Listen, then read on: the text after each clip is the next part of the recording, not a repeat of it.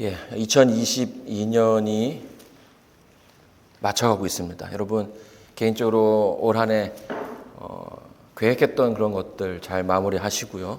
또 하나님께 선언했던 것들, 또 기도했던 것들도 잘 마무리해 주시기를 간절히 바랍니다.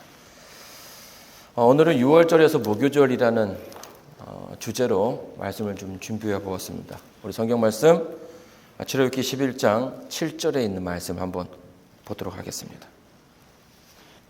읽겠습니다. 그러나 이스라엘 자손에게는 사람에게나 짐승에게나 개도 그 혀를 움직이지 않으리니 여호와가 애굽 사람과 이스라엘 사이에 고별하는 줄을 너희가 알리라 하셨나니. 제가 이제 그 출애굽기를 계속 이제 좀 설교를 해가면서 이제 열장이 맞춰지고 있습니다. 열장이 거의 마무리되고 있고요. 이제 6월절 바로 그 직전에 여러분이 지금 서 계신 거예요. 중국 사람과 한국 사람을 구별하는 방법이 있다면 뭐가 있을까요? 제가 예전에 그 2001년에 이제 대학교 3학년 때에 학교 수업으로 이제 중국을 가게 되었습니다. 근데 중국을 가게 되었는데요. 정말 우리가 정말 비슷하게 생긴 사람들인데 그 어떤 외형이 좀 차이가 있더라고요. 그래서 어떤 차이가 있냐면 남자들이 다 머리가 이렇게 떡이 져 있는 거예요. 그래서 이상하다 이제 그런 모습을 보게 되었는데 여러분 그 시험 기간에 어떤 그 한국 사람들 가운데서도 그 속설이 있는데요. 시험 기간에 머리를 감으면 안 된다고 얘기하죠. 이제 그 이유가 뭘까요? 머리를 감는 그 순간 이 밤새도록 머릿속에 이렇게 담가놨던 그 지식들이 다 씻겨져 나간다라는 거예요. 근데 이제 중국인들도 이제 그런 속설이 있는 거죠. 그래서 머리를 감으면 복이 다 날아간다라고 얘기해요. 그래서 머리를 자주 감지 않는다라고 합니다. 또 어떤 사람들은 뭐라고 설명하냐면 그러니까 우리나라는 물이 이제 풍부하지만 중국은 물이 이렇게 부족한 곳이 많기 때문에 몸을 씻는 데에 이렇게 많은 물을 사용할 수가 없다라는 거예요. 그래서 이제 뭐 3일에 한 번, 일주일에 한 번 이렇게 쓰는 이렇게 한다는 경우들이 있다고 해요. 근데 제가 이제 그런 것들을 체험적으로 있기 때문에 중국인 남자들은 이렇게 머리가 다 떡이 져 있나 보다. 이런 이제 개념을 가지고 있었는데요. 실리콘밸리 오니까 그런 어떤 그 구별할 수 있는 방법들이 완전 다 허물어지더라고요. 이게 딱 보면 아시안 사람들을 보면 저 사람이 중국 사람인지 한국인인지, 우리 이제 한국 사람들 생각하기에는 이제 한국인들이 좀 세련되어 있다라고 생각해가지고 이게 딱 보면 그래서 한국인인 걸 알고서 한국말로 막 얘기하면 막 중국말로 얘기하고, 그러니까 여기에 살고 있는 중국인들은 전혀 다른 어떤 그런 모습들을 좀 보여주고 있더라는 거예요. 그래서 이제는 뭐예요? 외모로 저 사람이 어디 출신인지 아는 거는 쉽지 않겠구나. 그런 생각을 좀 해보게 되었습니다. 또 어떤 사람들은요, 언어를 통해서 그 사람이 무슨 말을 하는가에 따라서 그 사람이 어디 출신인지를 알 수 있다라고 얘기하는데요. 요새는 또 그렇지 않죠. 요새는 그렇지 않아요. 특별히 그 한류가 전 세계에 막 퍼져 이렇게 나가다 보니까 의외로 한국말을 하는 외국인들이 그렇게 많아요. 지금 이제 우리 큰아이의 학교, 고등학교를 가게 되면 막 미국인인데 와가지고 막 한국말로 물어보고 이게 맞느냐 틀리느냐 이런 사람들도 많고요. 식당에서도 보게 되면 아는 지인의 얘기를 들어보면 함부로 한국말을 할 수가 없대요. 왜냐하면 한국말을 알아들을 수 있는 사람들이 너무 많아서 그냥 이렇게 농담이라든지 막 이렇게 우리끼리 하는 말들을 하게 되면 다 알아듣는다라는 거예요. 왜요? 이제는 언어를 통해서 그 사람을 뭐 할 수 없는 겁니까? 어느 민족인지 구별할 수가 쉽지 않다라는 거예요. 최근에 그 기독교에서는요, 지금 이제 각 교회의 지도자들이 큰 문제에 직면하게 되었습니다. 어떤 문제냐면 이 젊은 세대들이 교회를 나오려 하지 않는다라는 거예요. 그러니까 교회뿐만 아니라 종교에 대해서 관심이 없어요. 그래서 20대, 30대 되면 교회 가지 않는, 그러니까 종교를 갖지 않는 비율이 점점 늘어나고 있다라는 거예요. 그래서 지금 그 세대들을 어떻게 교회로 데리고 올 것인지 뭐 이런 지금 고민들을 하고 있는 실정입니다. 자, 근데 젊은 세대들이 교회에 오지 않는 이유 중에 하나는 뭐 여러 가지 많은 이유들이 있는데요. 그 이유 중에 하나는 뭐냐면 목사라든지 장로들, 그리고 심지어는 자기 자신, 내가 교인이라고 하는 내 자신의 말과 행동 사이에 큰 괴리감이 있다라는 거예요. 교회에서는 막 사랑하라, 이해하라 이렇게 얘기하면서 정작 그들의 삶 속, 또 개인의 자기의 그 삶을 자세히 들여다보면 그들이 말하는 것과는 다른 삶을 살고 있다라는 거죠. 그래서 젊은 세대들이 이럴 바에는 내가 교회에 가서 뭐 하냐 이런 생각을 하게 되는 것이고, 이제 그런 것들이 교회에 출석하는 사람들의 숫자를 줄이는 요인이 되고 있다라는 거예요. 자, 여러분, 교인이라면, 내가 하나님을 믿는 사람이라면 어떠한 삶을 살아야 하는 게 맞는 걸까요? 교회의 언어가 있죠. 하나님의 사랑, 예수님의 은혜, 구원, 회개해야 한다. 여러분, 이런 말들을 잘 쓰면 우리가 교인이 되는 걸까요? 그렇지 않다라는 것을 저보다 여러분들이 더 잘 아실 거라 생각이 됩니다. 여러분, 이제 이중 언어라고 얘기하죠. 이제는 예전에는 1세대들은, 미국에 이민 오신 1세대들은 한국말보다는 영어를 더 잘해서 이 미국 사회에 완전하게 적응하게 되기를 이제 원했는데요. 이민이 한 오랜 시간이, 이민 세대가 이제 오래 지나가서 지금은요, 한국말, 그러니까 그 이중 언어를 하는 것이 그 사람의 능력으로 여겨지는 그런 시대가 되었다라는 거예요. 그래서 2개 국어, 3개 국어는 이제 기본적으로 사람들이 많이 하려고 노력을 한다라는 거죠. 근데 중요한 것은요, 내가 어떤 말을 하느냐가 중요한 게 아니라 어떤 말을 하느냐에 따라서 그 사람이 어느 사람이라고 평가하지 않는다라는 거죠. 내가 한국인이 아니어도 한국말을 할 수 있고요. 미국 사람이 아니어도 영어를 할 수 있다라는 거예요. 여러분, 교인이 아니어도 하나님의 언어, 교회의 언어를 사용할 수 있다는 말이에요. 반대로 말하면 내가 교회의 언어를 사용한다고 해서 하나님의 자녀가 되는 것은 아니라는 거죠.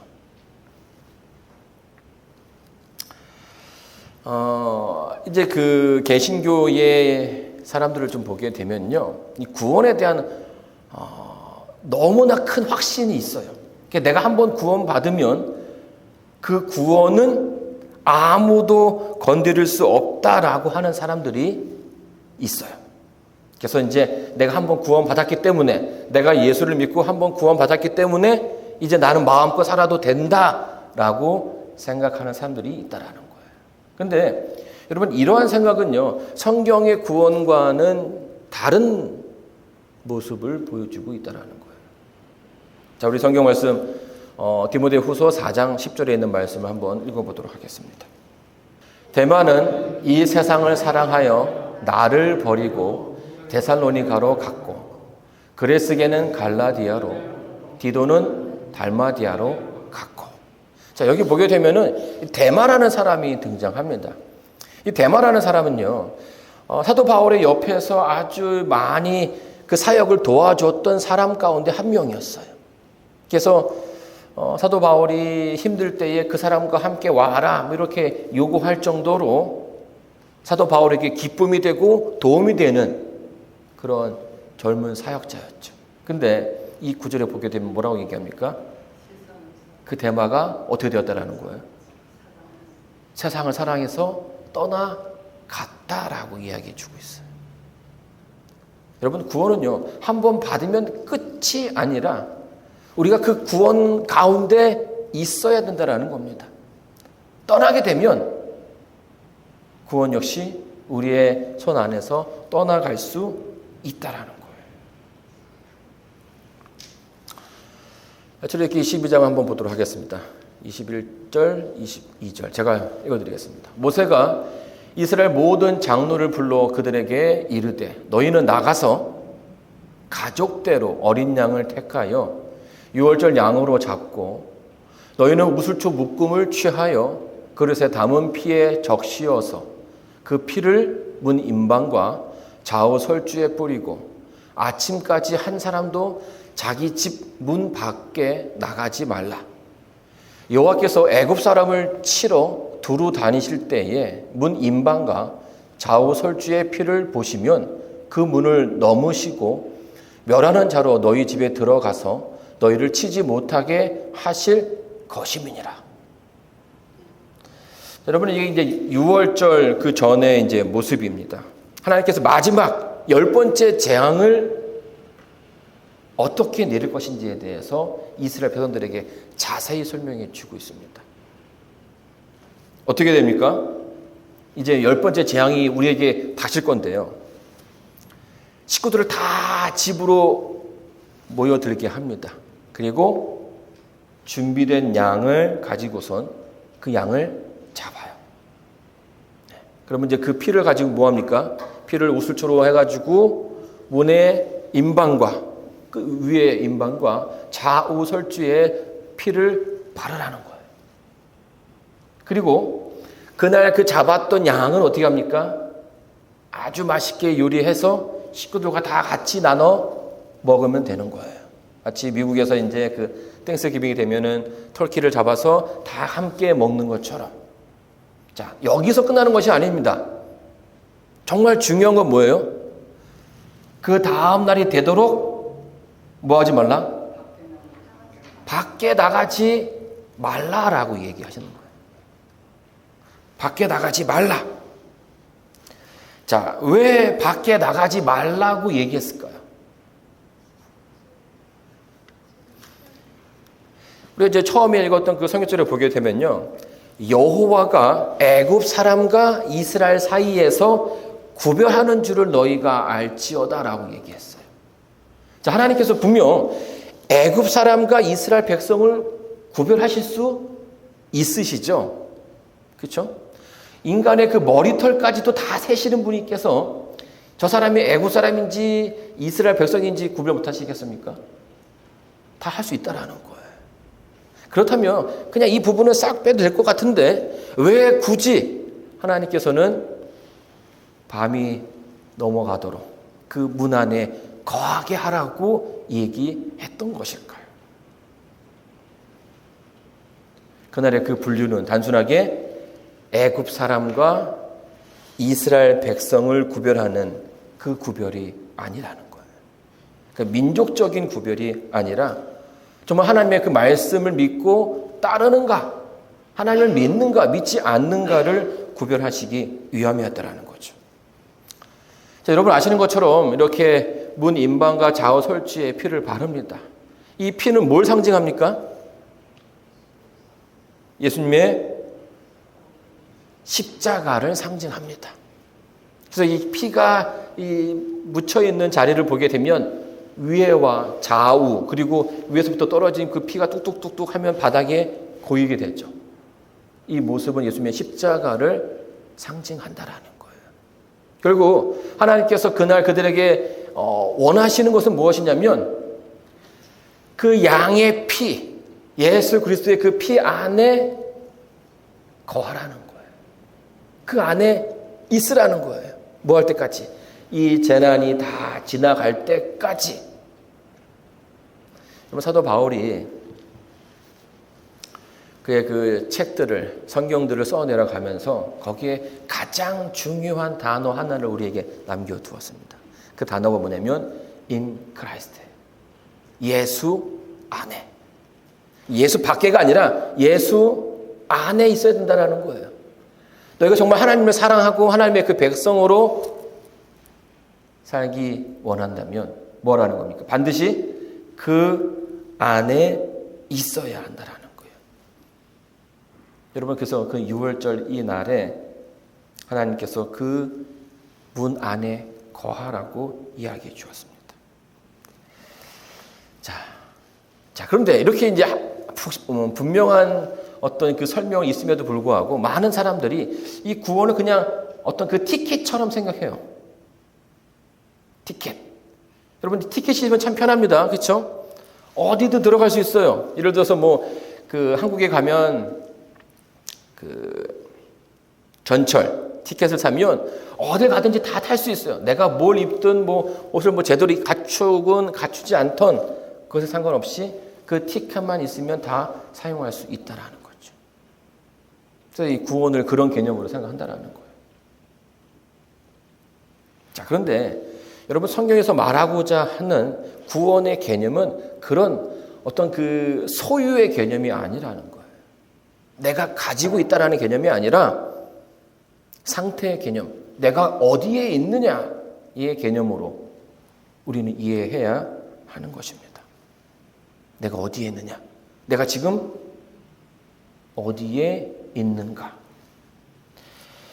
여러분, 아담과 하와가요, 선악과를 따먹은 다음에 범죄한 후에 하나님께서 아담과 하와를 찾으셨습니다.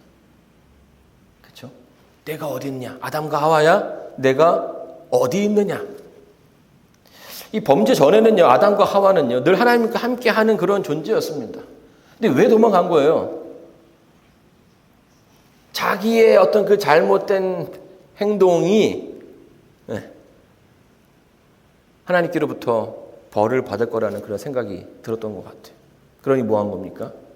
하나님께서 아무 일도 하지 않으셨는데 저 멀찌감치 나무 뒤에 숨어 있는 자신을 발견하게 된 거죠. 여러분, 내가 어디 있느냐? 이 말은요, 아담과 하와의 그 상태를 지금 확인시켜 주는 거예요.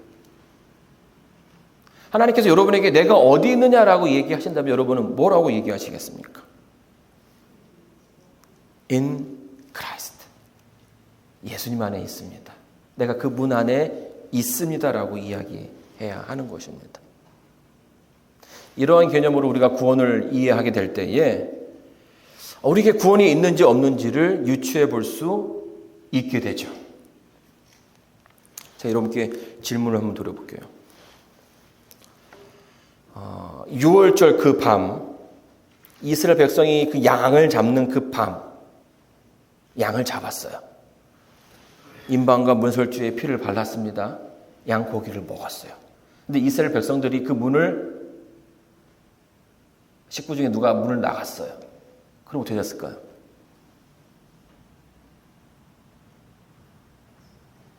그러면 어떻게 되는 거예요? 그 집의 장자가 죽는 거예요.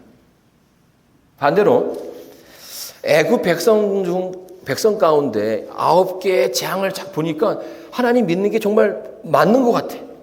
그래서 이스라엘 백성이 아닌데 이 10재앙을 맞이한 애굽 사람이 이스라엘 백성들이 하는 대로 뭐 하는 거예요? 양을 잡고 피를 바르고 고기를 먹고 그 문 안에 있으면 어떻게 될까요? 사는 거예요, 사는 거. 왜요? 그가 뭐하기 때문에? 그리스도 안에, 하나님 말씀 안에 있었기 때문에 됐다라는 거예요. 그날은 애굽 백성이냐 이스라엘 백성이냐 이게 중요한 게 아니라 누가 하나님의 말씀을 믿고 그 안에 있느냐 없느냐가 그들의 그 삶을, 생과 사의 경계를 나누었다라는 거죠. 자, 여러분, 이스라엘 백성들이 광야에서 이런 경험들을 참 많이 합니다. 광야에서 하나님을 거역해가지고 하나님께서 이스라엘 백성을 보호했던 그 보호막을 다 걷어버렸어요. 그러니까 그 광야에 있던 불뱀들과 정갈들이 막 이스라엘 진영을 다 막 난리를 친 거죠. 물고 죽게끔 된 거예요. 너무나 많은 사람들이 고통 가운데 죽어가니까 모세가 하나님께 다시금 탄원해서 뭐합니까? 살게 해달라고 애원을 했습니다. 그래서 하나님께서 뭐라고 얘기하셔요? 구리뱀을 만들어서 달아라. 그리고 한마디 더 하시죠. 그 뱀을 본 자는 다 살리라 라고 얘기했어요. 뱀을 만들면 됐지. 왜 그걸 굳이 봐야 돼요? 그 말씀에 뭐가 있는 거예요? 하나님의 능력이 있기 때문이죠. 여러분, 죽어 이렇게 물려가지고 막 아파하면서, 저거 본다고 낫겠어? 해서 안 보면 죽는 거예요. 그러나, 그래도 저기 하나님께서 하시라고 하셨으니까 하고, 내 어떤 의지와 경험을 그 안에 두면 뭐 하는 거예요? 사는 거라는 거예요. 여러분, 십자가 위에서 그리스도의 죽음은 바로 우리의 죽음이 되는 것입니다. 우리의 죽음이 되는 거예요. 내가 죽는 거예요. 여러분, 침례를 받는다라는 것은 단순하게 내가 어느 교인인 척 한다라는 것이 아니에요. 실제로 하나님께서 내 삶의 주인이 되기를 원하는 거고 그렇게 살기로 결심했다는 뜻입니다. 이 그리스도인처럼 말하고 그리스도인처럼 행동하고 그렇게 척하며 사는 것, 다른 사람들에게 다 보일 수 있지만 누구는 아신다라는 거예요? 하나님은 아신다라는 거예요. 여러분, 이스라엘 백성들이 40년 동안 광야에서 방황했던 이유가 뭐예요? 그들이 온전하게 하나님을 의지하지 못했다라는 거예요. 하는 척, 따라가는 척 하고 이렇게 끌려왔다라는 거죠. 근데 40년 동안 배운 거예요. 그렇게 해서는 안 되는구나. 내가 온전하게 하나님께 모든 걸 맡기지 않고서는 되지 않는구나라는 것을 깨닫는 그 순간 그들의 그 방황이 끝나게 되었고 그들이 가나안에 들어갈 수 있게 되었다라는 겁니다. 여러분, 어떤 사람들은 그래요. 교회 너무 열심히 하면 안 된다. 너무 깊게 빠져들면 안 된다. 여러분, 척하는 것으로 우리의 신앙이 결정되어지지 않는다라는 것. 우리가 더 깊게, 더 하나님과 가까이 해야 하는 그런 삶이 우리의 그 삶 가운데 있어야 한다는 거죠. 이스라엘의 그 달력을 보면 좀 복잡합니다. 이제 한국 사람들은 양력을 쓰지만 또 음력도 쓰죠. 저희 어머니도 이제 늘 음력으로 생신을 하는데 제가 막 헷갈려요. 그래서 어떤 때는 막 잃어버릴 때도 있는데. 근데 이 유대력은 또 다른 달력이 하나 더 있어요. 유대인들은. 유대력으로 하는 건데 이 유대력에 보게 되면 6월절이 태양력으로는 3월과 4월 사이에 있는데 유대력에서는 이 달이 1월이 됩니다. 1월이 돼요. 근데 이게 언제부터 생겼는가 하면 바로 이 출애굽 이 시점에 생긴 달력이라는 거예요. 출애굽기 12장 2절입니다. 하나님께서 이스라엘 백성들에게 말하십니다. 이 달로 너희의 달의 시작, 곧 해의 첫 달이 되게 하고. 그러니까 3월, 4월이 그들의 그 삶 속의 첫 달이 되는 거예요. 이걸 이제 우리가 유대력이라고 이야기하는데요. 왜 굳이 달력 잘 쓰고 있는데 하나님께서 이 유대력의 그 니산월 첫 달, 이날을 유대력의 첫 달로 만든 이유가 뭘까요? 왜 굳이 달력을 바꿔가면서 복잡하게 하면서까지도 그 달을 첫 번째 달로 만드신 이유가 뭘까요? 애굽에서의 모든 것을 다 뭐하고요? 잊어버리고 그동안 이들이 살아왔던 애굽에서의 그 모든 그 삶을 다 지워버리고 이제 이 달부터 뭐라는 거예요? 새로운 삶을 살아가라고 원하시는 거예요. 죄와는 무관한 그 노예 삶 속에 삶과는 무관한 이제 자유인으로서 하나님의 자녀로서 살아가라는 거죠. 그래서 여러분은 이 6월절 하나님께서 이날에 양을 잡아 먹고선 하지만 그 다음 날에는 이제 출애굽을 하는 거예요.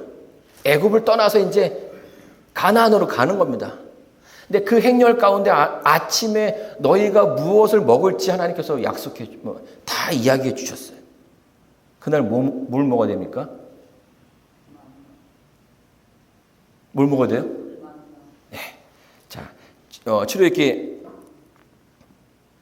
12장 8절을 보겠습니다. 그 밤에 그 고기를 불에 구워 무교병과 쓴 나물과 아울러 먹되. 뭘 먹으라고 했어요? 무교병과 쓴 나물. 이거를 먹으라는 거예요. 자, 이유가 뭘까요? 이 무교병은 뭐가 없는 거예요? 이 누룩이 없는 빵입니다. 여러분, 빵은요, 좀 이렇게 노릇노릇, 약간 구수한 냄새가 나야 이렇게 사람들의 더 잘 팔리고 사람들이 좋아하는데요. 이 무교병은 그런 게 없습니다. 그러니까 효모를 넣지 않는 거예요. 그래서 우리가 이제 성모전 예식 때 하는 그 빵이 딱 그 무교병을 말하는 건데요. 그렇게 맛있진 않습니다. 왜냐하면 그게 달게 들어가는 게 없으니까요. 근데 이 성경에서 효모는 뭘 상징합니까? 네, 부패하는 것을 상징하고요. 죄를 상징하는 겁니다.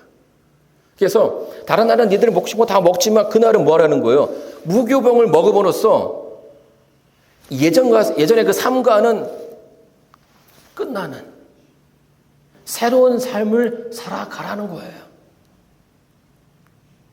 죄와는 무관한 삶을 살아서 하나님의 자녀로서 새로운 삶을 살아가라는 것이 하나님의 뜻이었다라는 거예요.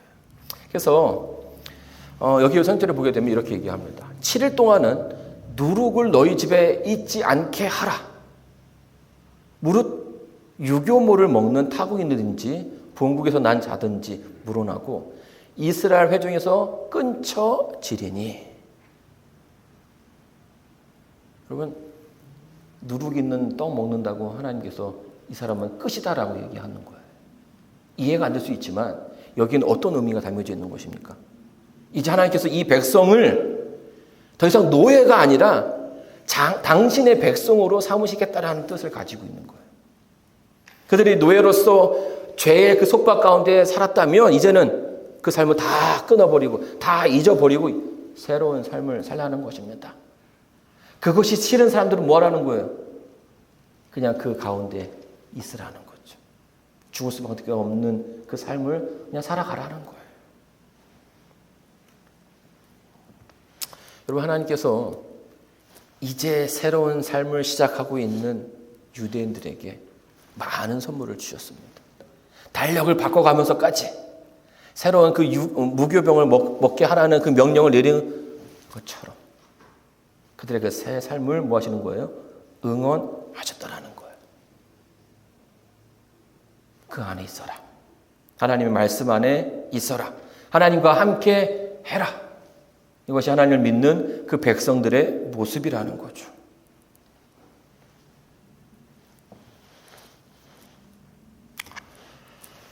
여러분, 그 미시간의 그 베르크리에게 가게 되면 오크힐 세미테리라는 묘가 있어요. 묘지가 있습니다. 근데 거기에 이제 그 묘지는 굉장히 우리 교회 재림교회한테는 굉장히 유명한 묘지예요. 거기에 이렇게 싹 둘러보면요, 우리 교회의 선조들이 굉장히 많이 붙여 있습니다. 엘렌 G 화이트부터 시작해서 엘렌 G 화이트 남편이었던 제임스 화이트부터 시작해서 많은 그러니까 그 식구들, 그리고 여러분 켈로그 아십니까? 켈로그 콘프라이트. 네. 우리는 콘프라이트를 잘 알고 있는데요. 이 켈로 박사가 이 베르클리에게 위생병을 만들어서 아주 크게 성공시켰던 그런 의사였어요. 그 식구들, 그러니까 엘렌 G 화이트의 그 가족 바로 옆에 그 켈로그의 그 식구들이 묻혀 있어요. 근데 거기에 딱 들어가도 너무나 큰 묘가 하나 있어요. 이게 이제 묘지예요. 한 사람 묘입니다. 이 묘는 뭐냐면 포스트라는 사람의 묘예요. 누군지 아십니까? 포스트? 이 재림교회 역사를 보게 되면 아주 재미난 일들이 많은데요. 이 포스트는 여러분 그 콘프레이크 브랜드 가운데 포스트가 있죠. 포스트와 켈로그 이 두 종류가 지금 전 세계의 그 콘프레이크 시장을 좀 쓸고 있어요. 근데 어느 게 더 유명합니까? 켈로그가 더 유명하죠. 이 포스트는요, 켈로그가 운영했던 위생병원에 입원했던 환자였어요. 근데 이제 나중에 뭐 말할 기회가 좀 있겠지만은 이 켈로그는 아주 엘렌 G 화이트의 어떤 그 기별을 받아들여서 아주 선진적인 그 의료수를 행했던 예방의학 쪽에서 아주 선진적인 의술을 행했던 그런 사람이었어요. 그래서 뭐 당시에 그 미국 의학계에서는 아주 거의 뭐 센세이션을 일으켰고 실제로 많은 사람들이 거기에서 치료가 돼서 나았어요. 그래서 막 병원을 점점 크게 져가지고 물론 엘렌 G 화이트 짓지 말라고 했던 그 병원을 크게 져서 그게 지금은 이제 그 지역 연방 청사로 쓰이고 있을 정도로 큰 그런 건물이에요. 근데 이제 여러 가지 많은 개혁을 했는데 그 중에 하나가 이제 음식물 개혁을 했습니다. 그래서 켈로그가 환자들에게 먹기 편한 소화 잘 되는 음식을 만들었는데 그게 뭐예요? 콘프레이크예요. 시리얼. 근데 이 포스트가 거기에 입원했는데 아침마다 그걸 주는데 이게 굉장히 맛있고 간편하고 좋아 보이는 거예요. 그래서 이거다 해가지고 이거를 그 상품으로 만들어 가지고 이제 만들기 시작했죠. 근데 그 시대에 여러분 아시는 것처럼 그 미국의 그 세계 대공황 시대였기 때문에 굉장히 어려웠지만 그래도 아침은 먹어야 되지 않습니까? 그래서 싸고 저렴한 이 포스트의 콘프레이크가 미국이 전역을 휩쓸었어요. 그 나중에 이제 그 뒤에 이제 켈로그의 그 동생이 이제 이걸 또 상표를 내 가지고 했는데 엎치락 뒤치락 하다가 지금은 포스트가 약간 안주하는 찰나에 광고를 안 했거든요. 중간에 찰나에 켈로그의 광고를 하면서 다시 미국에서 1위의 기업이 되었습니다. 근데 이제 뭐 이건 이제 사족이고요. 중요한 거는 이제 이 그림이에요. 다른 묘도, 뭐, 여러분 아시는 것처럼 미국의 그 묘에 보면 그 비석이 그렇게 크지 않습니다. 커도 사람 많은데 이 비석은 무게가 2.5톤이에요. 근데 유명한 일화가 있어요. 유언으로 뭐라고 얘기했냐면 나는 예수의 재림이 보기 싫으니 25톤이군요. 25톤의 돌로 내 무덤을 막아라. 뭐라고 얘기한 거예요? 그러니까 그는 가장 옆에서 재림교회의 그 기별을 가장 많이 들을 수 있었던 그런 사람이었지만 나는 싫다. 그러니 예수님이 오신다고 하는데 그 날에 내 무덤에서 나를 꺼내지 못하게끔 뭐라는 거예요? 25톤의 돌로 내 무덤을 막으라는 거죠.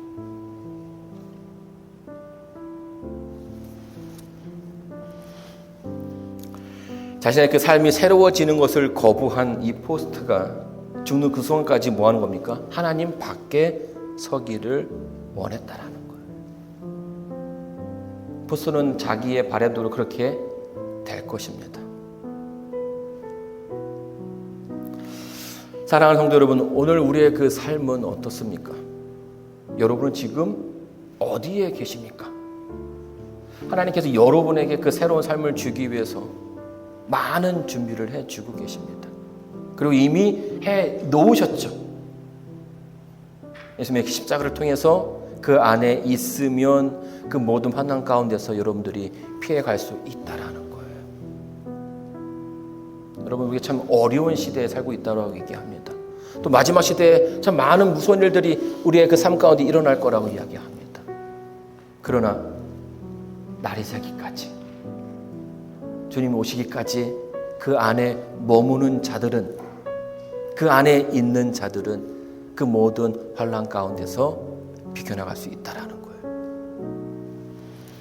사랑하는 성도 여러분, 여러분의 그 삶이 하나님 안에서 새로워지는, 늘 새로움을 경험하는 그런 삶이 되기를 바라면서 오늘 말씀을 마치도록 하겠습니다.